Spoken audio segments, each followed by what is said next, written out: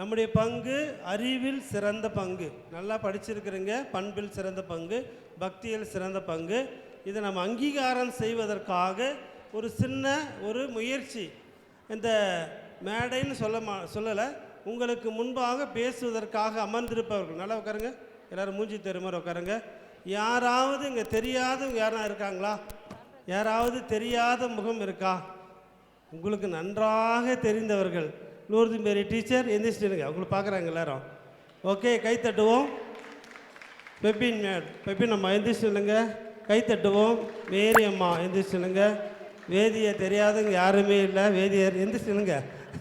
வேணாவா? சூசை, திரு சூசை அவர்கள். ஓகே, இவங்கெல்லாம் என்னத்தை பற்றி பேச போகிறாங்க அப்படின்னு சொன்னால், டாபிக் என்ன எல்லாருக்கும் சொல்லுங்கள். நான் பலமுறை சொல்லியிருக்கேன், என்ன சொல்லுங்கள் டாபிக் என்ன? குடும்பங்கள் பொருளாதாரத்திலும் ஆன்மீகத்திலும் பெரிதும் வளர்வதற்கு உதவியாக இருப்பது திரு அவையா சமூகமா? எல்லாரும் ஒரு முறை சொல்லாமா? குடும்பங்கள், நம்முடைய குடும்பங்கள் பொருளாதாரத்திலும் ஆன்மீகத்திலும் பெரிதும் வளர்வதற்கு உதவியாக இருப்பது திரு அவையா சமூகமா? திரு அவை அறிமுகப்படுத்திட்டார். இங்கே வசந்தி டீச்சர் கை தட்டுவோம். பேசுறதுக்கு முன் வந்திருக்காங்கல்ல, அவங்களுக்காக கை தட்டுவோம். பவுல்ராஜ், திரு பவுல்ராஜ் அவர்களை அன்போடு வரவேற்போம். ஆர்னிஸ் டீச்சர், திரு ஆண்டனி, ஆசீர்வாதம் சாரு பயங்கரமாக பேசுவார். ரசாரியோ, திரு ரசாரியோ, ரைட். இவங்களுக்கெல்லாம் டைமு குறைக்கிறதுக்காக நான் நின்றுக்கிறேன். நான் எதுவும் பேச முடியாது, இவங்களை விட்டால் நிறைய நேரம் பேசுவாங்க. 2 நிமிஷத்துக்கு மேலே பேசலாம்னு சொல்லியிருக்கிறேன். இந்த பக்கம் ஒருத்தர், அந்த பக்கம் ஒருத்தர் பேசுவாங்க. உங்களுக்கு ஒரு கேள்வி, நான் அந்த கேள்வி கேட்டல, குடும்பங்கள்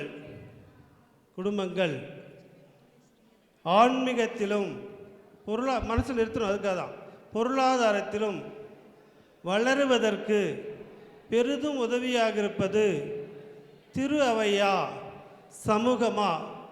உங்களுள் திரு அவைன்றவங்களாம் கை தூக்குங்க. யோசனை பண்ணி, உங்கள்கிட்ட யாரும் கேள்வி கேட்கல, ஒரு ஒரு கேள்வியை நம்ம மனசில் வச்சு திரு அவை தான்றவங்களாம் கை தூக்குங்க. உங்கள் பக்கம் சப்போர்ட் பண்ண மாட்டாங்க, சப்போர்ட் பண்ண சொல்லுங்க. திரு அவையா? சரி, ஓகே. சமூகம் அப்படின்லாம் கை தூக்குங்க. சமூகம் கை தூக்குங்க. 2த்துக்குமே கை தூக்காதீங்க ப்ளீஸ், 2த்துக்கும் கை தூக்கக்கூடாது. ஓகே, 2 கை தூக்காது இருக்கிறீங்கள, அவங்களாம் எனக்கு சப்போர்ட் பண்ணுங்க நான் நினச்சிக்கிறேன். Okay, right. இப்போ பாயிண்ட்டுக்கு வருவோம். முதல் 2 நிமிஷம்தான், அதுக்கு மேலே இல்லை. நீங்கள் டிவியெல்லாம் பார்த்துருப்பீங்க. உண்மையாகவே முதல்ல இவங்களை எல்லாரையும் பாராட்டுறேன்.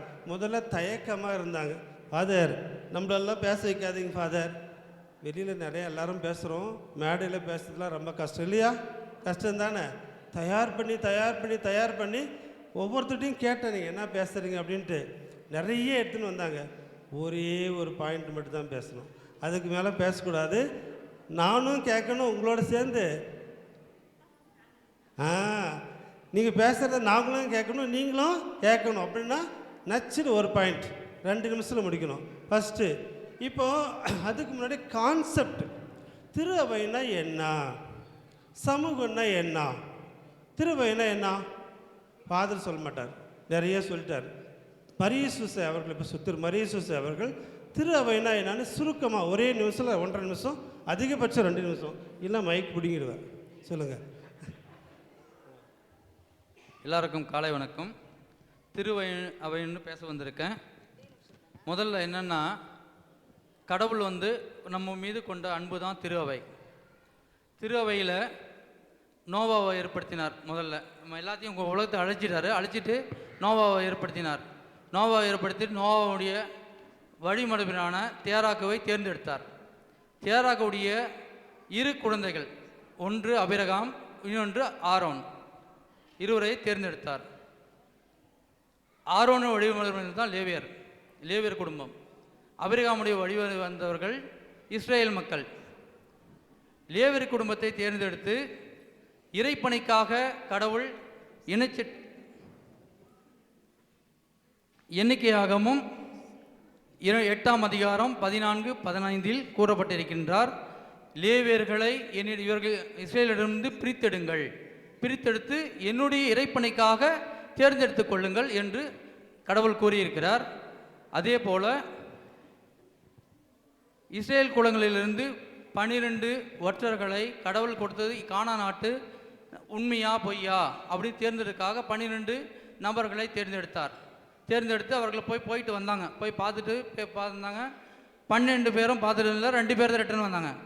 ரிட்டர்ன் வந்து கடவுள் கொடுத்த கானா நாடு உண்மைதான், நல்லது தான், நம்ம கானா நாட்டுக்கு போகலாம் அப்படின்னு சொல்லி கடவுள் தேர்ந்தெடுத்தார். அதே போல் இயேசு கிறிஸ்து 12 திருத்தூதர்களை தேர்ந்தெடுத்தார். எதுக்காக தேர்ந்தெடுத்தார் அப்படின்னா, மத்தேயு 19ஆம் அதிகாரம் 28ஆம் இறைவார்த்தையில் 12 இஸ்ரேல் குலங்களுக்கும் நடுவர்களாக நீங்கள் இருப்பீர்கள் அப்படின்னு இயேசு கிறிஸ்து கூறியிருக்கிறார். ஓகே ஓகே, விவிலியத்திலிருந்து சொல்லிட்டாங்க. இதுதான் முறையாக வளர்ந்து வந்திருக்கிறது. ராயப்பறை திருச்சபையின் தலைவர், போப்பாண்டவர், ஆயர்கள், குருக்கள், இறை மக்களாகிய நாம் எல்லாரும் திரு அவை. ஓகே, இறை மக்களாகிய நாம் எல்லாரும் திருச்சபை, திரு அவை தான் நமக்கு குடும்பங்கள் வளர்ச்சிக்கு உதவுவது அப்படின்றதுக்காக. சமூகம் சொல்லுங்க. பலதரப்பட்ட மனிதர்கள் குடும்பமாக ஜாதி மத பேதமின்றி இணைந்து வாழும் சமுதாயமே சமூகம் எனப்படும். இது ஒரு மனித கட்டமைப்பு அல்லது மனித கூட்டமைப்பு. நம் ஆண்டவர் இயேசு கூட யூத இனத்திலே பிறந்தாலும் அந்த இனத்திற்காக பாடுபடாமல் உலகின் ஒட்டுமொத்த சமூகத்திற்காகவே தன்னை முன்னிறுத்தி கொண்டார். மிகப்பெரிய சீர்திருத்தவாதியாக அவர் வாழ்ந்த காலத்திலே நடந்த சமூக வேற்றுமைகளை களைவதில் முன்னிலைப்படுத்தி கொண்டார் என்பதே நிதர்சனமான உண்மை. விபச்சாரத்தில் பிடிப்பட்ட பெண்ணிற்காக உங்களில் பாவம் இல்லாதவன் முதல் கல்லை எறியட்டும் என்ற இயேசுவின் குரல் பெண் சமூகத்திற்காக ஓங்கி ஒலிக்கும் குரலாக இருக்கிறது. எனவே சமூகம் என்பது மனித கட்டமைப்பு மட்டுமல்ல, உயிருள்ள ஒரு அமைப்பாகும் என்று கூறி விடைபெறுகிறேன். ஓகே, சமூகம் என்பது உன்னை அன்பு செய்வது போல கிறிஸ்தவர்களை மட்டும், கத்தோலிக்க கிறிஸ்தவர்களை மட்டும், அப்படியா? எல்லாரையும் அன்பு செய்வது. ஏசு அதற்கு தான் வந்தார், அதை தான் அவங்க சொன்னாங்க. அப்போது சமூகம்னா என்னென்னு கிளியர் ஆகிடுச்சு, திருச்சபைன்னு என்னென்னு கிளியர் ஆகிடுச்சு இல்லையா? ஆன்மீகம்னா என்ன, பொருளாதாரம்னா என்ன, ஆன்மீகம்னா என்ன, பொருளாதாரம்னா என்ன? நான் கடைசி சொல்லிட்டு இப்போ சொல்லட்டுமா, சஸ்பென்ஸாக வச்சுக்கலாம். ஆன்மீகத்தில் ஒரு குடும்பம் பொருளாதாரத்திலும் ஆன்மீகத்திலும் வளர்வதற்கு திருச்சபை தான் காரணம் என்று முதல்ல யாரை பேசிக்கலாம்? இவர் தானா? யார் இல்லை, ஒரு பேசிட்டார். உங்கள் குரலை கேட்கட்டும், பேசுங்க. ஒருத்தரா எல்லாரும் பேசுகிறதா? 2 நிமிஷம் நீங்களே சொல்லுங்கள். 2 நிமிஷம் ஆனால் எல்லாரும் சொல்லியிருக்காது, நானே சொல்லிவிடுவேன். சரி, பேசுகிற டிஸ்டர்ப் பண்ணக்கூடாது. ஏன்னா புதுசாக நம்ம பேசுகிறாங்க. டிஸ்டர்ப் பண்ணாமல் கருத்துக்களை நாம் கேட்போம். வேதியர் இப்பொழுது சொல்வார். அனைவருக்கும் காலை வணக்கம். ஒரு குடும்பம் பொருளாதாரத்தில் ஆன்மீகத்தில் வளர திரு அவையே முழு காரணம் இல்லை, பெரிதும் உதவியாக இருக்கிறத பற்றி பேச வந்திருக்கிறேன். நம்ம எல்லாருக்கும் தெரிஞ்ச மாதிரி நம்ம திரு அவைனா என்னான்னு சொல்லிட்டு அவங்க சொன்ன மாதிரி விவிலியத்திலிருந்து மேற்கோள் எல்லாம் காட்டியெல்லாம் நம்ம சொல்ல தேவையில்லை. திரு அவைனா என்ன? இந்த வானுயர்ந்த கட்டிடமா, இந்த கோயில்களா, இல்லை ஃபாதரு, பிஷப்பு, போப்பாண்டவர் இவர்களா திரு அவை? அவர்கள் அல்ல. திரு அவைனா நாம் எல்லாரும் சேர்ந்தது தான் திரு அவை. அதனால் இந்த பாயிண்ட்டை பற்றி நம்ம எல்லாமே செய்யலாம். நம்ம செய்யக்கூடிய எல்லாமே எங்கேருந்து வருது? திரு அவையிலிருந்து தான் வருது. ஸோ இதற்கு நான் ஒரு 3 உதாரணங்களை கோட் பண்ணி இந்த கருத்தை முன்வைக்கிறேன். முதலாவது, நம்ம சுற்றி பாருங்க, எத்தனை கிறிஸ்துவ கல்வி நிறுவனங்கள் செயல்பட்டு கொண்டு இருக்கிறது, கிறிஸ்துவ மருத்துவமனைகள் செயல்பட்டு கொண்டு இருக்கிறது. இதெல்லாம் எங்கிருந்து வந்தது? அவர்கள் எல்லாம் யார்? அவர்கள் எல்லாம் திரு அவையால் தூண்டப்பட்டு அவர்கள் நாட்டை விட்டு வீட்டை விட்டு அவர்களை சொத்தை விற்று இங்கு வந்து பள்ளிக்கூடங்களையும் மருத்துவமனைகளையும் ஆரம்பித்து நமது மக்களை பொருளாதாரத்திலும் ஆன்மீகத்திலும் வளர்ப்பதற்காக உதவி செய்திருக்கிறார்கள். இதை யாராலும் மறுக்க முடியாது. இது என்னுடைய முதல் கருத்தாக உங்களுக்கு முன் வைக்கிறேன். இரண்டாவது, நமது பங்கின் பக்கத்திலிருந்து ஒரு 2 நபர்களின் குடும்பங்களை மேற்கோள் காட்டுகிறேன். பெயர்கள் வேண்டாம். அவர்கள் ஒரு சிறுவன், அவருடைய தந்தையார் சிறு வயதிலே இறந்து விட்டார். அவருடைய தாயார் இன்னொரு சகோதரி. அந்த சிறுவனை ஒரு சிஸ்டர் ஒரு கன்னியாஸ்திரி அவர்கள் ஒரு தந்தையிடம் வந்து ஒப்படைத்து விட்டு இந்த பையனை எப்படியாவது படிக்க வச்சிடுப்பா அப்படின்னாங்க. அந்த தந்தையானவர் அவனை போர்டிங்கில் சேர்த்து படிக்க வச்சு நல்ல நிலைமை கொண்டு இன்றைக்கு ஒரு அரசு வாதியாராக, கவர்மெண்ட் டீச்சராக இன்றைக்கு பணியாற்றி கொண்டிருக்கிறார். இன்றைக்கு அவர் வந்து ஒரு இந்து சமூகத்தை சேர்ந்தவர், கிறிஸ்துவ மதத்தில் வந்து கிறிஸ்துவ பெண்ணை மணந்து அவர் ஒரு ஆசிரியராக பணிபுரிந்து இன்னும் 3 நபர்களை ஆண்டுதோறும் அவர் படித்து வைத்து கொண்டிருக்கிறார். இது வந்து அவருடைய பொருளாதாரமும் வளர்ந்திருக்கு, அவருடைய ஆன்மீகமும் வளர்ந்திருக்கு. அவர் மூலமா இன்னும் ஒரு 3 குடும்பங்கள் ஆன்மீகத்திலையும் பொருளாதாரத்திலையும் வளர்றதுக்கு உதவியாக இருந்திருக்கு. இது ஒரு குடும்பம். இன்னொரு குடும்பம் என்னன்னு பார்க்க போனீங்கன்னா, ஒரு தந்தையானவர் குடும்பத்தை விட்டு சென்று விட்டார், ஒரு தாய் மற்றும் ஒரு மகள். இந்த குடும்பமும் இதே தான். இந்த குடும்பத்துக்கு ஒரு குருவான ஒருவருடைய உதவி இல்லை, ஒரு பங்கினுடைய வின்சென்ட் டே பாலுடைய உதவி. அந்த வின்சென்ட் டே பால் குடும்பம் அந்த குடும்பத்தை இன்று நாள் வரை தத்தெடுத்து வளர்த்து அந்த மகளானவர் இன்று வேலைக்கு போகும் நிலைமையை வந்திருக்கிறார். அவர்களுக்கு அந்த குழுவானவர் உதவி செய்திருக்கிறார். ஸோ இந்த குழு வந்து அவர்களுடைய பொருளாதாரத்திலும் அவர்கள் மேற்கொண்டும் ஆன்மீகத்திலும் வளர உதவியாக இருக்கிறது. இறுதியாக எனது வாழ்க்கையை உங்கள் முன் வைக்கின்றேன். உங்களுக்கு அனைவருக்கும் தெரிந்தது போல் நான் ஒரு விபத்தில் ஏற்பட்டு இந்த இடத்தில் இருந்திருக்கும் போது எனது உறவினர்கள் எல்லாம் எங்கோ இருக்கிறார்கள். நான் இன்று வரை லிஸ்ட் எடுத்து வைத்திருக்கின்றேன். என்னை இல்லத்தில் வந்து சந்தித்தவர்கள் 52 குடும்பங்கள் நமது பங்கிலிருந்து.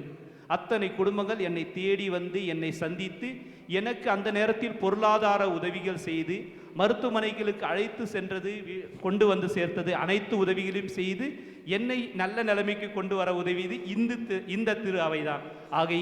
ஆகவே இந்த பொருளாதார ஆன்மீக வளர்ச்சிக்கு பெரிதும் உதவியாக இருப்பது திரு அவையே என்று சொல்லி முடிக்கிறேன். வாய்ப்புக்கு நன்றி, வணக்கம். ஒரு சில உதாரணங்களை சொல்லுகின்ற பொழுது நம்முடைய வாழ்க்கையை நம்ம யோசனை பண்ணி பார்ப்போம்.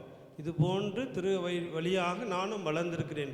இது மிக பயனுள்ளதாக ஒரு ஷேரிங்காக தான் நான் பார்க்கிறேன். மிக அற்புதமான கருத்துக்களை பதிவு செய்தார்கள் இல்லையா? மருத்துவமனை, கல்வி, படிப்பு உதவி, வின்சென்ட் டே பால் சபை உதவி செய்தது, அவருடைய தனிப்பட்ட குடும்பத்தில் உதவி செய்தது, இதெல்லாம் திரு அவையிலிருந்து எனக்கு கிடைத்தது என்று வேதியருக்கு நாம் கரவொலி எழுப்பி நம்முடைய பாராட்டுகளை தெரிவிப்போம். சமூகம்தான் என்பதை திரு பால்ராஜ் அவர்கள் பேசுவார்கள். வணக்கம். நம் குடும்பங்களில் பொருளாதாரத்திலும் ஆன்மீகத்திலும் வளர்வதற்கு சமூகம்தான் என்ற தலைப்பில் நான் பேசுகிறேன். இப்பொழுது நம் கூட வாழும் இடத்தில் எல்லாம் பார்த்தீர்கள் என்றால் எல்லா மதத்தவர்களும் இருக்கின்றார்கள். அனைவருமே பார்த்தீர்கள் என்றால் அவரவர்களுக்கு ஏற்றவாறு அவர்களுடைய தீவிரத்திற்கு ஏற்பட்டவாறு கடவுளை வழிபடுகிறார்கள். ஒரு சிலரை பார்த்து நாம் மாற்றிக்கொள்ள வேண்டும். முக்கியமாக இந்து மதத்தை சேர்ந்தவர்கள், இஸ்லாமியர்களை சேர்ந்தவர்கள், அவர்கள் வழிபடுகின்ற பொழுது 40 நாட்கள் ஒரு சின்ன எச்சியை கூட முழுங்கக்கூடாது என்று கடவுளுக்காக அவர்கள் ஒருத்தனை செய்கிறார்கள், விரதம் இருக்கிறார்கள். அதேபோல் நாம் செய்வது இல்லை என்று சொல்லவில்லை. ஆனால் நம்முடைய ஈடுபாடு எந்த அளவுக்கு இருக்கிறது என்பதை நாம் உணர்ந்து நம்மை பார்த்து அவர்களும் அந்த மாதிரி மாற்றிக்கொள்கிறார்கள். முக்கியமாக நம்மளுடைய அன்பு, நாம் உதவி செய்யும் விதம், இதை பார்த்து அவர்களும் மாற்றிக்கொள்கிறார்கள். ஸோ நாமும் இந்த மாதிரி நல்ல முறையில் ஆன்மீகத்தில் வளர இது சமூகம் என்பது மிக மிக முக்கியமாக உதவுகின்றது. இதில் ஒரு சின்ன எடுத்துக்காட்டு அப்படின்னாக்க, இப்போ 2 பேர் ஃப்ரெண்ட்ஸ் இருக்கிறாங்க, கிறிஸ்டின்ஸு. ஒருத்தர் வந்து பார்த்திங்கன்னா நல்லா பக்தியாக கோயிலுக்கு போகிறாரு, எல்லாமே பண்ணுறாரு, ரொம்ப ஈடுபாடோடு இருக்கிறாரு, நிறைய உதவி செய்கிறாரு. ஆனால் கூட வேலை செய்கிற இன்னொருத்தர் என்ன பண்ணுறாரு, அவரும் நல்ல பக்தியாக தான் இருப்பார், ஆனால் குடும்ப தேவைகளுக்கு மற்ற தேவைகளுக்கு நிறையா லீவ் போடுவார். இந்த கோயில் நேரத்தில் பார்த்தீங்கன்னு வச்சிங்களேன், புனித வியாழன், புனித வெள்ளி, இதுக்கெல்லாம் பார்த்தீங்கன்னா ஷிஃப்ட் சேஞ்ச் பண்ணாமல் கூட போய் வேலை செய்வார்.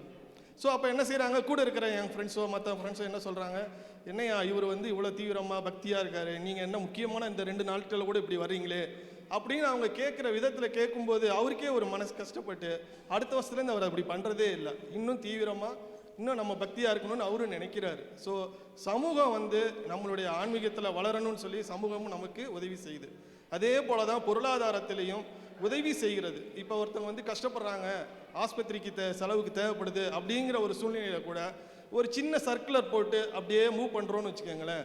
யாரும் கிறிஸ்டின், இந்து மதம் எதுவும் பார்க்கறது இல்லை. தேவையை உணர்ந்து அவர்களுக்கு என்ன உதவி செய்ய முடியுமோ அதை எல்லாரும் செய்கிறார்கள். இதுதான். அந்த உதவியை பெற்றுக்கொண்டு அவர்கள் உடல்நலம் பெற்றோ அல்லது நல்ல முறையில் கல்வி கற்றோ அவர்கள் பொருளாதாரத்தில் முன்னேறுவதற்கு அவர்களுக்கும் உதவியாக இருக்கிறது. எனவே இந்த சமூகம்தான் இரண்டையும் கம்பேர் பண்ணும்போது சற்று முன்னிலையில் இருக்கிறது என்பது என்னுடைய வாதம். நன்றி. சூப்பர், வெரி நைஸ், கை தட்டுவோம். மிக அருமையாக சொன்னாங்க. திருச்சபையில் இருந்து சமூகத்தை பற்றி சொல்லுகிறீர்களான்னு சிந்திக்கக்கூடிய ஒரு செய்தி இல்லையா? 40 நாள் எப்படி விரதம் இருக்கிறாங்க, நம்ம விரதம்லாம் எப்படி இருக்கிறோம்? ஒரு கேள்வி எழுப்புகின்றார்கள், நாம் சிந்திக்க வேண்டிய ஒன்று. அதே போல் உதவி செய்கின்ற பொழுது குறுகிய சின்ன நம்ம இல்லாமல் எல்லாரும் சேர்ந்து நலிவற்றவர்களுக்கு உதவி செய்கிறார்கள். ஆன்மீகத்திலும் பொருளாதாரத்திலும் வளர்வதற்கு சமூகம் பரந்த நிலையிலே உதவி செய்கிறதுன்னு சொன்னார்கள். திரு பால்ராஜ் அவர்களுக்கு கரவொலி எழுப்பி நம்முடைய நன்றியை தெரிவிப்போம். அடுத்தது மேரியம்மா இப்போ சொல்வார்கள். திருச்சபை தான் அப்படின்னு சொல்ல வராங்க, என்ன சொல்கிறாங்கன்னு பார்ப்போம். எல்லாருக்கும் வணக்கம். இப்போ சகோதரர் சொன்னார், பிற சகோதரர்கள்லாம் இந்த 40 நாள் விரதம் இருக்கிறாங்க அதெல்லாம் சொன்னாங்க. பட் நம்ம திரு அவையும் நமக்கு நிறைய கண்டிஷன்ஸ்லாம் போட்டிருக்குது, ஆனால் நம்ம ஃபாலோ பண்ணுறதில்ல. நம்ம அதில் எஸ்கேப் ஆகுறோம். இப்போ குழந்தைங்களுக்கு மறைக்கல்வி வகுப்பு எல்லா சண்டேயும் நடக்குதுன்னு நம்ம திரு அவை கண்டிப்பாக சொல்லுது, ஆனால் நம்ம அதை ஃபாலோ பண்ணுறதில்ல. ஸோ திரு அவை நமக்கு நிறைய சான்ஸ் கொடுக்குது, பட் நம்ம தான் அதை ஃபாலோ பண்ணுறதில்ல. ஸோ சமூகத்தில் இருக்கிற நம்ம தான் நம்ம திரு அவையை வாழ வைக்கணும். அதே மாதிரி உடம்பு சரியில்லாமல் இருக்கிற எல்லாரையும் பார்க்குறதுக்கு நமக்கு அன்பிய கூட்டங்கள் எல்லாமே நடக்குது, ஆனால் நம்ம முன்னெடுத்து போய் அதை செய்கிறதில்ல. ஸோ திரு அவை நமக்கு நிறைய வாய்ப்புகள் கொடுக்குது நம்ம செய்கிறதுக்கு. அதுக்கப்புறம் அவங்களுக்கு ஹெல்ப் பண்ணுறதுக்கு. பொருளாதார வளர்ச்சியில் நம்ம அன்பிய குடும்பங்கள் யார் யார் கஷ்டப்படுறாங்கன்னு நிறைய பேர் கேட்டு போய் ஹெல்ப் பண்ணுறாங்க. ஆனால் நிறைய பேர் நம்ம சொல்கிறதுக்கே கூச்சப்படுறோம். நம்ம எங்கள் குடும்பத்தில் இவ்வளோ இது இருக்குது அப்படின்னு நம்ம திரு அவைக்கு சொல்கிறதுக்கே நிறைய பேர் கூச்சப்படுறாங்க. அப்படி சொன்னால் நிறைய நம்மளோட திரு அவையிலேருந்தே ஹெல்ப் பண்ணுறதுக்கு நம்ம வின்சென்ட் தாபல் சபையெல்லாம் நிறையா இருக்குது. அதனால் நம்ம தான் முன்னெடுக்கணும் நம்ம திரு அவையை வளர்க்குறதுக்கும் சமூகத்தில் நம்ம தெளிவாக தெரிகிறதுக்கும். அதனால் திரு அவை நமக்கு நிறைய வாய்ப்புகளை கொடுக்குது, நம்ம பயன்படுத்திக்கணும். பால்ராஜ் சார் சொன்னார், சமூகம் தான் வளர்க்குது, குடும்பத்தை வளர்க்குது. இவங்க சொல்கிறாங்க அப்படியெல்லாம் இல்லை அப்படின்னு சொல்லிட்டு. எப்படி அப்படின்னா, அன்பியங்கள் திரு அவை தேடி தேடி போகுது, பர்சனலாக டச் வச்சுக்குது, அவங்கள தேடி போய் உதவி செய்யுது. அப்படி தான் சொல்ல வந்தீங்க. ஆமான்னு சொல்கிறாங்க. நேற்று சொன்னாங்க, இன்னும் கொஞ்சம் நான் எடுத்து கொடுக்குறேன், வேற ஒன்றும் இல்லை. தேடி தேடி போய் உதவி செய்கிறாங்க. ஆனால் சமூகம் அப்படி இல்லையே, எங்கேயா அடிப்பட்டால் ஆளுக்கு கொஞ்சம் பணம் போட்டு விட்டுறாங்க. ஆனால் அப்படி இல்லை. நம்ம அன்பியத்தில் நலிவுற்றா அவங்கள கண்காணிக்கிறோம், தேடி போகிறோம், அவங்க மேலே வர்ற வரையும் உதவி செய்கிறோம். அதனால் திருச்சபை தான் குடும்பங்களை ஆன்மீகத்திலும் பொருளாதாரத்திலும் வளர்க்கிறதுன்னு சொல்ல வராங்க. கைத்தட்டுவோமா மேரியம்மாவுக்கு? அடுத்தது ஆக்னஸ் டீச்சர் சொல்கிறாங்க, சமூகம்னு சொல்லிட்டு பார்ப்போம். அனைவருக்கும் வணக்கம். எடுத்த உடனே சொல்லிட்டாரு நம்ம சார்லஸ் அவர்கள், நான் உடம்பு சரியில்லாமல் இருந்தேன், 15 குடும்பங்கள் என்னை பார்த்தது. அந்த 15 குடும்பங்களும் யாரு? சமூகத்தை சேர்ந்த நம்ம மக்கள் தான்.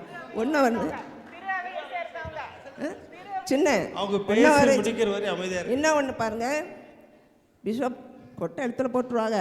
பிஷப் அவர்கள் அடிக்கல் நாட்டுகிறார்கள், தந்தை அவர்கள் மந்திரிக்கிறார்கள். எழுந்து விடுமா? எழாது. அண்ணாச்சி அவர்கள் வந்தாங்க. ஒவ்வொரு குடும்பத்தில் உள்ள அன்பிய குடும்பங்களை சொல்லக்கூடாது, ஒவ்வொரு குடும்பத்தில் உள்ள சமூக மக்கள் ஏற்றத்தாழ்வு பார்க்கவில்லை, பணக்கார வசதி பார்க்கவில்லை. அவர் உள்ளத்தில் என்ன வந்தது? ஆன்மீகம் வந்தது. அவர் ஒருவரே. தந்தை அவர்கள் ஓரமாக இருந்தாங்க. ஆனால் அண்ணாச்சி அவர்கள், நீங்கள் அப்படிலாம் பேசக்கூடாதுமா, நமக்கு என்ன இருக்கிறதோ அதைத்தான் கொடுக்க வேண்டும். நாளைய தினத்தில் நம்ம பெரிய கோபுரமாக பார்க்க போவது நம்ம சமூக மக்கள் தான், நம்ம கோயில், நம்ம பங்கு. அப்படி என்று தான் என்ன செய்தார்கள்? உற்சாகப்படுத்தி ஆன்மீகத்தை மக்களுக்குள்ளே ஏற்படுத்தினார்கள். இன்னொன்று நான் சொல்கிறேன், எங்கள் குடும்பத்தில் ரொம்ப சுகமில்லை, அடிக்கடி ஃபிக்ஸு அது இதுன்னு வரும், ஹாஸ்பிட்டலுக்கு போவாங்க. ஆனால் வீட்டுக்கு தேடி போவேன். போனப்போ நான் அவங்க மெசேஜ் பார்த்தேன், இதோ என்னமோ நீங்கள் கேட்டீங்க, எனக்கு இந்தாங்க, நான் அதை பார்க்க போகலை, அவரை தான் பார்க்க போனேன். அவர் என்ன சொன்னார் தெரியுமா? அம்மா அப்பா, தாத்தா பாட்டி, அம்மா அப்பா எனக்கு கற்றுக் கொடுத்த ஒரு நல்ல ஆன்மீக பழக்கம், கடவுளுக்கு கொடுங்கள், நீங்கள் நிறைவாக பெற்றுக்கொள்வீர்கள். மிக சிறப்பாக சொன்னீங்க. ஆமாம், அது உண்மைதானே. எல்லாரும் சேர்ந்து குடும்பத்தை வளர்த்து வைக்கிறது மட்டும் இல்லாமல் ஆலயத்தையும் வளர்க்குறீங்க அப்படின்னு சொல்லியிருக்கிறாங்க. கைத்தட்டி ஆனஸ் டீச்சருக்கு நம்முடைய வாழ்த்துக்களை தெரிவிப்போம். திருச்சபை தான் என்பதை சொல்லுவதற்காக பெப்பி நம்ம வராங்க, கேட்போம். அனைவருக்கும் அன்பின் வணக்கம். குடும்பங்களில் பொருளாதார வளர்ச்சியில் திரு அவையே சிறந்தது என்ற தலைப்பில் பேச உள்ளேன். அன்று நாம் பார்த்திருக்கிறோம் சமாரியன் கதை. வழிப்போக்கனுக்கு உதவியது சமாரியன். இன்று நான் சொல்கிறேன், இந்த மக்களுக்கு எல்லாம் உதவி செய்வது பங்கு தந்தை. இதுக்கு என்ன என்று உதாரணமாக எங்கள் ஊரில் நடந்த ஒரு சம்பவத்தை உங்களிடம் பகிரப் போகிறேன். எங்கள் வீட்டின் பக்கத்து வீட்டில் ஒரு ஏழை குடும்பம், அம்மா அப்பா 5 குழந்தைகள், மாற்றுத்திறனாளி குடும்பம், பொருளாதாரத்தில் மிகவும் பின்தங்கிய நிலையில் உள்ளவர்கள். அந்த அம்மா ஆன்மீகத்தில் ஊற்றெடுத்து ஜெபிப்பார்கள், ஆண்டவரிடம் போய் மன்றாடுவார்கள். ஆண்டவரே, நானும் என் வீட்டாரும் உமக்கே ஊழியம் செய்வோம் என்று ஆண்டவரிடம் தன் குழந்தைகளோடு சென்று குடும்பத்தை ஒப்புக் கொடுத்தார்கள். அந்த ஜெபம் கேட்கப்பட்டது. எப்படி கேட்கப்பட்டது என்றால், எங்கள் ஊரில் ஒரு பங்கு தந்தை வந்தார், நல்ல சமாரியனாக வந்தார். அவர் என்ன செய்தார் தெரியுமா? வீடு சந்திக்க வருவார்ல, புதுசா பங்கு தந்தைகள்லாம் வந்தா வீடுகள் சந்திக்க போனார். இன்னும் ஒரு நிமிஷம் இருக்குது, பாயிண்ட்டுக்கு வாங்க.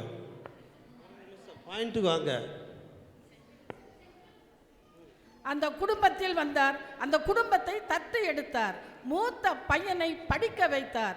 படித்து முடித்ததும், சிவில் இன்ஜினியரிங் முடித்ததும், அவர் ஆலய பணிகளை கட்டி எடுக்க ஆலயத்திற்காக அந்த பையனை யூஸ் பண்ணினார். அந்த குடும்பம் அழகாக பொருளாதாரத்தில் முன்னியது. இன்றும் அந்த நபர், தேர்ந்தெடுக்கப்பட்ட நபர், தன்னிடம் இருந்த சிறிய வீட்டை ஆலய பணிக்காக, ஆலயத்துக்காகவே எழுதி கொடுத்து விட்டார். அந்த குடும்பம் இன்று ஆளும் வேலுமாக கடவுளின் அன்பில், ஆன்மீகத்தில் இன்னும் தலைத்தோங்கி கொண்டு இருக்கிறது.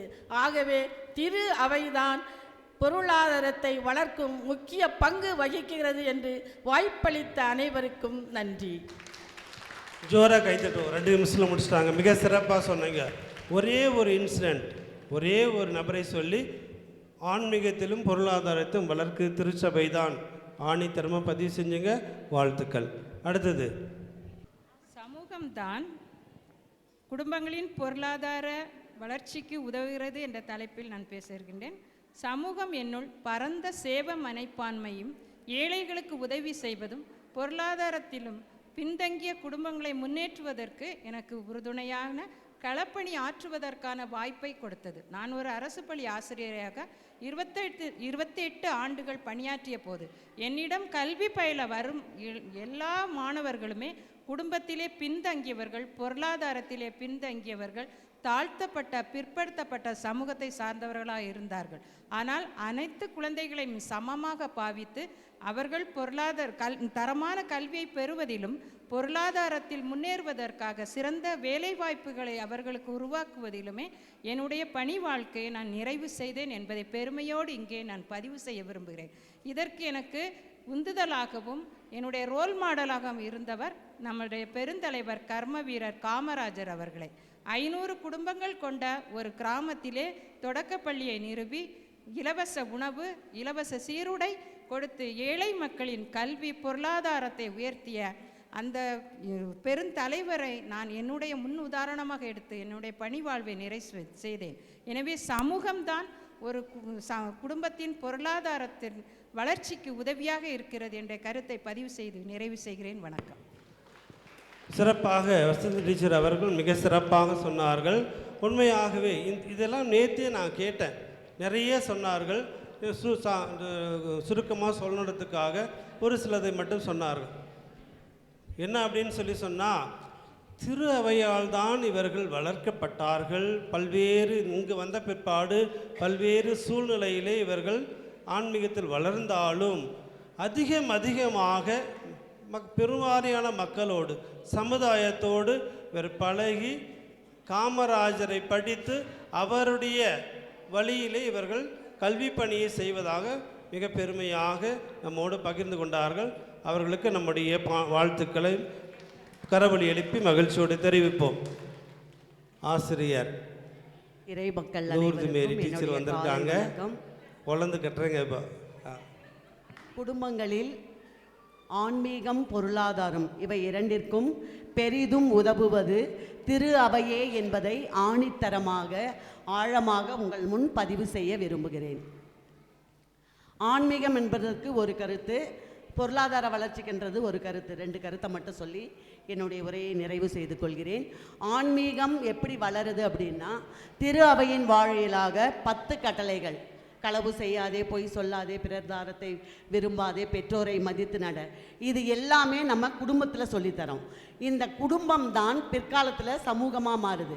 நம்ம குடும்பத்தில் சொல்லித்தரல அப்படின்னா சமூகத்தில் நம்மளால் ஒரு சிறந்த குடிமகனாக இருக்கவே முடியாது. எனவே இதையெல்லாம் ஊட்டுவது திரு அவை. திரு அவை அந்த ஒழுங்குமுறைகளை சொல்லலைன்னா நம்மளால் எப்படி சொல்லித்தர முடியும்? அதனால் இந்த ஆன்மீகம் பெரிதும் பெரிதும் வளர உதவுவது திரு அவை. அடுத்ததாக பொருளாதார வளர்ச்சி அப்படின்னும்போது பள்ளிகள், கல்லூரிகள், தொழிற்கல்வி கூடங்கள், மருத்துவமனைகள் இவை எல்லாமே நடத்துகின்றவர்கள் பெரும்பாலும் அருட்தந்தையர்களும் அருட்கன்னியர்களும், சில நேரங்களில் பொதுமக்களும் நடத்துகிறாங்க. படிக்காதவங்க, ஏழை எளியவர்கள் எல்லாருக்குமே அட்மிஷன் கொடுக்கறது கிறிஸ்துவ சமூகம்தான். எனவே இந்த கிறிஸ்துவ சமூகத்தில் படித்தவங்க தான் பிற்காலத்தில் நல்ல ஒரு பொருளாதார வளர்ச்சியில் இருப்பாங்க என்பதை நீங்கள் எல்லாருமே அறிந்த ஒன்று. ஏனமே நீங்கள் எல்லாருமே ஏதோ ஒரு மாவட்டத்தில் ஏதோ ஒரு ஊரில் கிறிஸ்தவ பள்ளியில் படிச்சிருப்பீங்க. அதுக்கப்புறம் நிறைவாக, வேர் என்பது திரு அவை, மரம்தான் சமூகம். மரம் என்பது திரு அவை, அதில் கொடுக்கின்ற கனிகள் தான் சமூகம். கடல் என்பது திரு அவை, வந்து சேருகின்ற நதிகள் தான் சமூகம் என்பதை உங்கள் முன் பதிவு செய்து கொண்டு என் உரையை முடித்துக் கொள்கிறேன். உங்களுக்கு எல்லாருக்கும் தெரியும் சொல்லிட்டு உங்களை எல்லாரும் சப்போர்ட்டு கூப்பிட்றாங்களா என்ன? ஆமாம் தானே, உங்களுக்கு எல்லாம் தெரியும் அடிக்கடி சொன்னாங்க. மிக சிறப்பாக உங்களை கருத்தை பதிவு செய்தீர்கள். லூர்து மேரி டீச்சருக்கு நம்முடைய வாழ்த்துக்கள். அனைவருக்கும் காலை வணக்கம். ஸோ நான் பேச போகிற தலைப்பு பார்த்திங்கன்னா, சமூகம் தான் அதிகம் உதவுகிறதுன்னு பேச போகிறோம். இப்போ குடும்பங்கள் வந்து சமூகத்தில் அடிப்படை அழகு. குடும்பங்கள் தான் சமூகத்தோட அடிப்படை அழகு. ஆனால் அந்த குடும்பம் வளர வந்து ஃபஸ்ட்டு வந்து நமக்கு வந்து தேவை வந்து வாழ்வாதாரம் தான். ஸோ நம்ம வாழ்வாதாரம் வேணும்னா ஃபஸ்ட்டு நம்ம ஒரு பள்ளிக்கு போகணும், கல்வி பயிலணும். இப்போ அந்த கல்வி பயில்றது வந்து சமூகத்தோட அமைப்பு. அடுத்து நம்ம கல்வி பயின்றுட்டோம், நமக்கு ஒரு வேலைவாய்ப்பு வேணும். அந்த வேலைவாய்ப்பு கிடைக்கிறது பார்த்திங்கன்னா சமூகத்தோட வாய்ப்பு. அடுத்து நமக்கு ஒரு மருத்துவம் வேணும்னா ஒரு ஆஸ்பத்திரிக்கு போகணும். அந்த ஆஸ்பத்திரி நம்ம கொடுக்குறது சமூகம் கொடுக்குற வசதி. ஸோ இந்த சமூகத்தில் கிடைக்கிற இந்த விஷயங்களை தாண்டி நாம் வந்து திரு அவை வந்து நமக்கு 2வதாக தான் தோணுது. ஸோ இந்த அத்தியாவசிய தேவைகளை நம்ம பூர்த்தி செய்யாமல் நம்ம வந்து திரு அவைக்கு வந்து முன்னுரிமை கொடுக்க முடியுமா அப்படின்னு கேட்டால் அது ஒரு கேள்விக்குறி தான். இப்போ இதுக்கு வந்து ஒரு சில உதாரணங்கள் நான் பைபிளில் வந்து கொடுக்குறேன். ஒரே ஒரு உதாரணம் நான் கொடுக்குறேன். இப்போ நம்ம தொடக்க நூலில் பார்த்திங்கன்னா யோசேப்பை பற்றி நம்ம படிச்சிருப்போம்.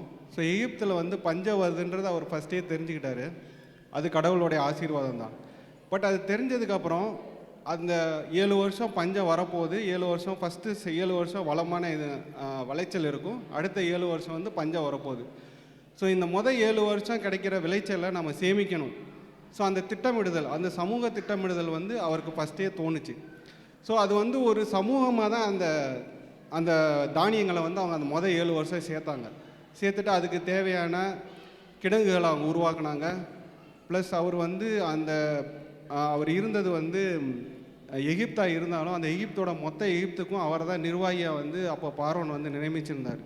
ஸோ அவர் அந்த நிர்வாகம் மொத்தத்தையும் எடுத்து எங்கெங்கே வந்து விளைச்சல் அதிகமாக இருக்கும் அங்கே கிடங்குகளை உருவாக்கி அந்த மொத்த தானியங்களையும் அவர் சேர்த்து அடுத்த 7 வருஷத்துக்கு அங்கே இருந்த குடும்பங்கள், அனைத்து குடும்பங்களுக்கும் நம்ம படிச்சிருப்போம் வரலாறுல, இஸ்ரேல்லையும் பஞ்சம் வந்தது. ஸோ இஸ்ரேலில் இருக்கவங்க எல்லாம் என்ன பண்ணாங்க, எகிப்துக்கு தான் வந்தாங்க.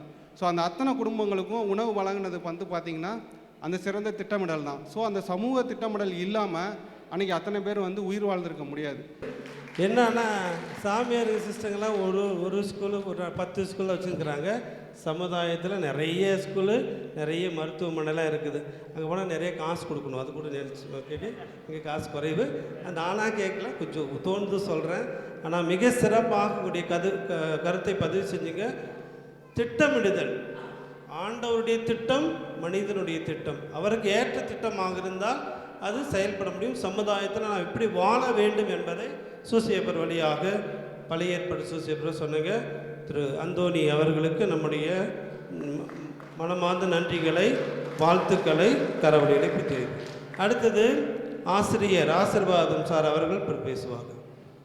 அனைவருக்கும் இனிய காலை வணக்கம். குடும்பங்களில் பொருளாதார ஆன்மீகம் பெரிதும் வளர உதவி செய்வது சமூகமா திருச்சபையா? நீங்களே இதுக்குள்ள முடிவுக்கு வந்திருப்பீங்க. சமூகம் இல்லைன்னா கண்டிப்பாக திருச்சபை இல்லைன்றத முடிவுக்கு வந்திருப்பீங்க. பின்னாடி இருந்து கைத்தட்டிட்டு இருக்கிறாங்க, சமூகம்தான் அப்படின்ற மாதிரி கைத்தட்டிட்டு இருக்கிறாங்க. உங்களுக்கு ஒரு எடுத்துக்காட்டு நான் சொல்கிறேன். சமூகத்தில் நல்ல பண்புகளே, சமூகத்தினுடைய ஒரு நல்ல பண்புகளே இன்று எங்கள் ஊரில் நடந்த ஒரு நிகழ்ச்சி, எங்கள் ஊரில் நடந்த நிகழ்ச்சி உங்களுக்கு சொல்கிறேன். எங்கள் ஊரில் கிட்டத்தட்ட 900 கிறிஸ்தவ குடும்பங்கள் இருக்கிறாங்க. அதில் ஒரு 10 இந்து குடும்பங்கள் இருக்கிறாங்க. அதில் ஒரு இந்து குடும்பம் அந்த சுற்றி இருக்கிற கிறிஸ்தவ குடும்பங்களுக்கெல்லாம் உங்களுக்கு தெரியும், சூனியம் வைக்கிறது, மற்றபடி இந்த மாதிரி எல்லா வேலைகளையும் செஞ்சுக்கிட்டு இருந்தாங்க. ஆனால் நம்ம கிறிஸ்தவர்கள் அவர்களுக்கு எதுவுமே செய்யலை, அப்படியே அமைதியாக இருந்தாங்க. இவங்களுடைய வழிபாட்டை பண்ணிக்கிட்டே இருந்தாங்க. ஒரு கடந்த 10 வருடங்கள் கழித்து அவருடைய வீட்டில் அப்பா இறந்தார், அம்மா இறந்தாங்க. அவங்க அண்ணன் தம்பி கிட்டத்தட்ட 8 பேர். 8 பேரில் ஒவ்வொருத்தராக அடிச்சுக்கிட்டு இறந்தாங்க. அண்ணன் தம்பியை வெட்டினா, தம்பி அண்ணனை வெட்டினா, இப்படி இறந்து கடைசியில் ஒரே ஒரு சகோதரர் மட்டும் இருந்தார்.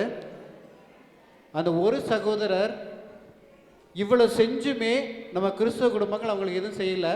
கடைசியாக அந்த ஒரு சகோதரர் நம்முடைய கிறிஸ்தவ குடும்பத்தினுடைய நல்ல பண்புகளை நினைத்து அவர் இப்போ நம்ம கிறிஸ்தவ குடும்பமாக மாறி இன்னைக்கு எங்கள் சர்ச்சில் ஒரு கேட்டகிஸ்டாக இருக்கிறார். ஒரு கேட்டகிஸ்டாக இருக்கிறார்.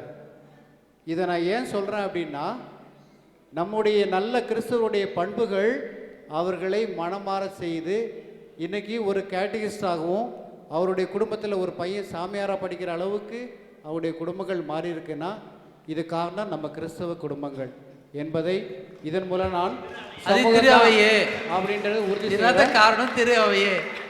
இதிலிருந்து திரு அவையில் கிறிஸ்தவ மக்கள் நம் மக்களுடைய அந்த எண்ணங்கள் இவங்கெல்லாம் சொல்லிட்டே இருக்காங்க. ஆசீர்வாதம் சார் இந்த பக்கம் உட்காந்து பேசணுமா அல்லது அந்த பக்கம் உட்காந்து பேசணும்? நேத்தே வந்து என்கிட்ட சொன்னார், இதுதான் சமூகத்தின் வழியாக, அது இந்து குடும்பம், கொஞ்சம் யோசிக்கிறதுக்காக. ஆனால் இவங்கெல்லாம் சொல்லிட்டு நமக்கு தான் பேசுகிறாங்க அப்படின்னு சொல்லிட்டு இன்னும் 2 பேர் கருத்து கேட்டுட்டு கேள்வி தானே இருந்தால் மட்டும், சரியான கேள்வி இருந்தால் மட்டும் கேட்க வைக்கலாம், கொஞ்சம் சண்டை போட வைக்கலாம். சரியா? ரைட். அடுத்தது மரியசு சொல்லுவோம். திரு அவை என்று பேச வந்திருக்கின்றேன். நான் என்னுடைய வாழ்க்கையிலிருந்து நடந்ததை சொல்கிறேன். நான் படிக்கணும், 10வது படித்து முடிச்சிட்டேன். 2 வருஷம் வெளியில் வேலைக்கு போயிட்டேன். நான் படிக்கணும்னு ஒரு ஆர்வம், சொந்தமாக பந்தம் மொத்தம் பக்கத்தில் எல்லாத்தையும் இங்கே விசாரித்து பார்த்தேன், யாரும் உதவி பண்ணலை. சீஃப் மினிஸ்டருக்கு லெட்டர் போட்டேன், நான் லெட்டர் படிக்கணும் அப்படின்ட்டு. உதவி பண்ணலை. ஒரு ஃபாதர் மரி ரொடக்ஷன் சொல்லி ஃபாதர்கிட்ட போய் நான் படிக்கணும் சாமி கேட்டேன். அவர் சொன்ன ஒரே வார்த்தை, இவ்வளோ தூரம் ஏன்பா வந்த, ஒரு லெட்டர் போட்டிருந்தா நான் ஒரு பணம் அமைச்சிருக்க மாட்டேனா அப்படின்னாரு. எனக்கு படிப்பு உதவி பண்ணார். 2 வருஷமும் படித்து முடிச்சுட்டு திரும்ப நான் வீட்டுக்கு ஃபாதர்கிட்ட போய் நன்றி சொல்ல போகிறேன். இவ்வளோ தூரம் எதுக்கு வந்த, கடவுளுக்கு நன்றி சொல்லு, உன்னுடைய தாய் தப்பனை காப்பாற்று அப்படின்னு எனக்கு உதவி பண்ணார். இதன் மூலிமா கல்வி மற்றும் என்னுடைய வாழ்வுதரம், இறைபக்தி, நம்பிக்கை, விசுவாசம் இதில் சிறந்து விளங்குவது திரு அவையே என்று கூறி முடிக்கிறேன். நன்றி, வணக்கம். தன்னுடைய பர்சனல் லைஃப் நேற்று சொன்னேன், நீங்கள் சொல்ல முடியுமா அப்படின்ட்டு துணிச்சலாக ஒரு விட்னஸாக நான் எப்படி வாழ்ந்தேன், எப்படி கடினப்பட்டேன், எப்படி ஒரு அருட்தந்தையால் உருவாக்கப்பட்டு அதை நான் இப்பொழுது மேற்கொண்டு இருக்கிறேன் என்று நேற்று முழுசாக சொன்னார். கொஞ்சம் மட்டும் சொல்ல சொன்னேன். என்னுடைய வார்த்தையை கேட்டு மிக ஷார்ட்டாக சொன்னார். திரு சூசை அவர்களுக்கு நம்முடைய வாழ்த்துக்களை கரவொலியிலே தெரிவிப்போம். கடைசியாக திரு ரொசாரி அவர்கள் அங்கிருந்து பேசுங்க. அனைவருக்கும் வணக்கம். அண்ணன் ரெண்டு மூத்தவர்கள்லாம் பேசினாங்க. திரு அவை திரு அவை திரு அவைனா என்னங்க? திரு அவை எதுக்காக உருவாச்சுங்க? திரு அவை உருவானது இந்த சமூகத்துக்காக தாங்க. சமூகத்துக்காக தான் திரு அவை உருவாச்சு. அக்கா சொன்னாங்க கிறிஸ்துவ சமுதாயம். கிறிஸ்துவ சமுதாயம்ட்டு அவங்களே ஒத்துக்கிட்டாங்க இல்லையா? அதுக்கப்புறம் அதை பற்றி நான் பேசி என்ன பண்ண போகிறேன்? அவங்களே எல்லாத்தையும் ஒத்துக்கிட்டாங்க. திருவை எதற்காக உருவாக்கியது? திருவகை உருவாகியது சமுதாயத்திற்காகவே. கிறிஸ்துவ சமுதாயம் என்ற ஒரு சமுதாயத்துக்காகவே திரு அவை உருவாக்கிடுச்சு. அக்கா சொன்னாங்க அன்பியங்கள். அன்பியங்கள் ஒரு திருவையில் ஒரு அன்பியங்கள் என்னாங்க. அன்பியங்களும் கிறிஸ்துவ சமுதாயத்துக்காக உருவாக்கப்பட்ட குழுவே தான். கலாச்சாரம் நீதி நெறிமுறைகள், கலாச்சார நெறிமுறைகள் மூலமாக இந்தியன் கல்ச்சர் ஃபாலோ பண்ணுன்றதுக்காக நமக்கு திரு அவை சில கட்டுப்பாட்டுகளை கொடுத்துச்சு. எதுக்காக கொடுத்துச்சுன்னா இந்த சமூகத்துக்காகவே இந்த நடைமுறையை கொண்டு வந்துச்சு. அதனால சமுதாயத்திற்காகவே திரு அவை என்பதை அனைவரும் உணர்ந்து கொள்ள வேண்டும் என்று கூறி திரு அவைக்கு முக்கிய காரணம் சமுதாயமே சமுதாயமே சமுதாயமே. இதோட நிறைவு செய்யலாமா நினைக்கிறேன். என்ன சொல்கிறீங்க? எல்லாரும் சேர்ந்து கை தட்டுங்க, நிறைவு செஞ்சிடலாம். நான் எதனா சொல்லணுமா? போதுமா? ஓகே, போதும்னு சொல்லிட்டேன். நான் நிறைவு செய்கிறேன். தீர்ப்பு தான் போதுன்ட்டாரு. நீங்கள் தான் நல்லா பேசிட்டீங்களே. தீர்ப்பு வேணுமா என்ன? ரெண்டு கருத்தை மட்டும் சொல்கிறேன். என்னன்னு சொன்னால், முதல் முயற்சியில் மிக சிறப்பாக நம்முடைய பங்கு மக்களும் பேசக்கூடியவர்கள் தான் என்பதை நான் எதிர்பார்த்ததுக்கு மேலவே நல்லா பேசியிருக்கிறாங்க. இவர்களும் திரு அவையில் தான் இருக்கிறாங்க, இவர்களும் திரு அவையில் தான் இருக்காங்க. யாரும் எகெயின்ஸ்டெல்லாம் கிடையாது. நான் மீண்டும் மீண்டும் அழுத்தி சொல்கிறது என்னான்னு சொன்னால், எது கொஞ்சம் முன்னாடி இருக்குது அப்படின்னு தான். திரு அவையா சமூகமா அப்படின்னு சொன்னாங்க. இப்போ நாம் என்ன அப்படின்னு சொன்னால், பொருளாதாரத்தில் ஒரு குடும்பம் வளர்ச்சி அடையுது. அது கத்தோலிக்க கிறிஸ்துவ குடும்பமோ அல்லது இந்து வேறு சமூகத்தை சேர்ந்த குடும்பமாக இருக்கட்டும், பொருளாதாரத்தில் வளர்ச்சி அடைகிறது அப்படின்னு சொன்னால் நம்ம எல்லாரும் நினைப்போம் பணம், காசு, பட்டம், பதவி இதெல்லாம் நிறைய சுகமெல்லான்னு. ஒரே ஒரு வார்த்தை நான் ஹெல்த் இஸ் வெல்த். தமிழில் நோயற்ற வாழ்வே குறைவற்ற செல்வம். யாரெல்லாம் ஆரோக்கியமாக இருக்கிறார்களோ அவர்கள் செல்வந்தர்கள். ஒத்துக்கிறோமா இல்லையா? சரி, நான் ஆரோக்கியமாக இருக்கிறதுக்கு நல்லா சாப்பிட்டா மட்டும் போதாது, நல்ல உறவு வேண்டும், நல்லா பேசணும். காலையில் குட் மார்னிங் யாரெல்லாம் சொன்னாங்கன்னா ஒரு புத்துணர்ச்சி வருது. ஆலயத்துக்கு வந்து போனால் ஒரு ஆசீர்வாதம் கிடைக்குது. ஒரு மனிதன் ஆரோக்கியமாக இருக்கணும் அப்படின்னு சொன்னால் அவன் நோய் இல்லாமல் மன மகிழ்வோடு சமூகத்தோடு இருந்தால் மட்டுமே அவன் பொருளாதாரத்தில் வளர்ச்சி அடைய முடியும். அப்படி என்றால் பொருளாதாரத்தில் வளர்ச்சி அடைவதற்கு திருச்சபை மட்டும் இருந்தால் போதுமா என்றால் போதாது என்பதுதான் என்னுடைய ஒரு கருத்து. ஓகே, திருச்சபைக்கு வருவோம். எல்லாரும் திருச்சபையில் உட்காந்து மறுத்து பேச யாரும் ஏற்றுக்குமா? இல்லை. சமூகம் பொருளாதாரத்தில் வளர்ச்சி அடை வைக்குது, ஆரோக்கியமாக இருக்குது, ஃப்ரெண்ட்ஸுங்க இருக்காங்க, உதவி செய்கிறாங்க, வேலை வாய்ப்பு எல்லாம் கொடுக்குது. ஆனால் ஆன்மீகனா என்ன அப்படின்னு பார்த்தா, மனிதனை மனிதனாக மதிக்கின்ற எல்லா மனிதர்களுமே ஆன்மீகத்தில் வளர்ந்திருக்கிறார்கள். கத்தோலிக்க கிறிஸ்தவர்கள் மட்டும் கிடையாது. இது விவிலியத்திலிருந்து பல்வேறு தலைவர்கள் சொல்லியிருக்கிறார்கள். மிக குறிப்பாக நல்ல சமாரிட்டன், மலைப்பொழிவு, உன்னை அன்பு செய்வது போல அடுத்தவர்களும் அன்பு செய். யாரெல்லாம் இந்த ஒரு பண்பை ஏற்று செயல்படுகிறார்களோ அவர்கள் ஆன்மீகத்தில் வளர்ந்திருக்கிறார்கள்.